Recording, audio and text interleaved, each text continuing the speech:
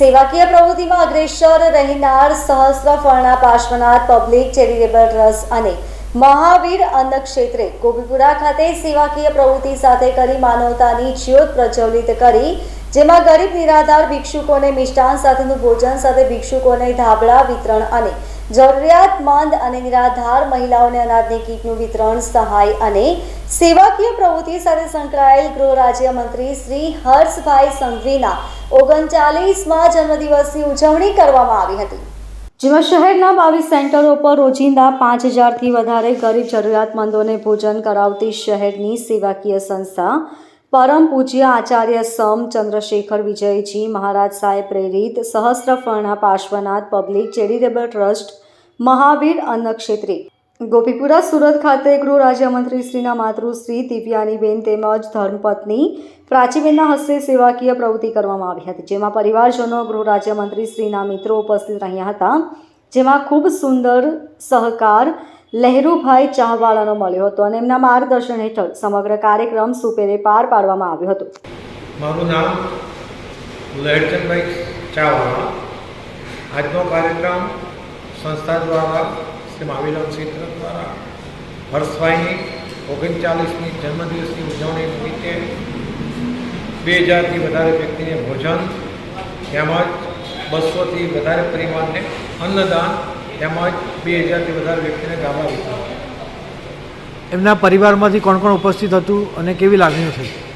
એમના પરિવારમાંથી એમના માતુશ્રી તેમજ તેમના પત્ની તેમજ તેમના પરિવારના મિત્ર મંડળ તેમજ અંગત એ લોકોના સભ્યો હાજર રહ્યા.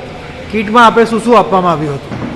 કીટની અંદર ઘઉં, ચોખા, દાળ, કઠોળ 2, તેલ અને મરી મસાલો તેમજ ચણ માટે બાજરી, જુવાર. એ ઉપરાંત બીજું ભોજનમાં શું હતું અને બીજું આપણે શું વિતરણ કર્યું?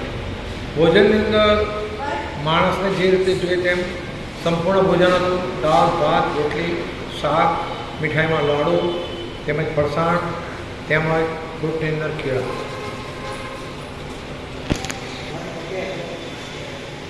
તેમજ ધાબળાનું પણ વિતરણ હતું.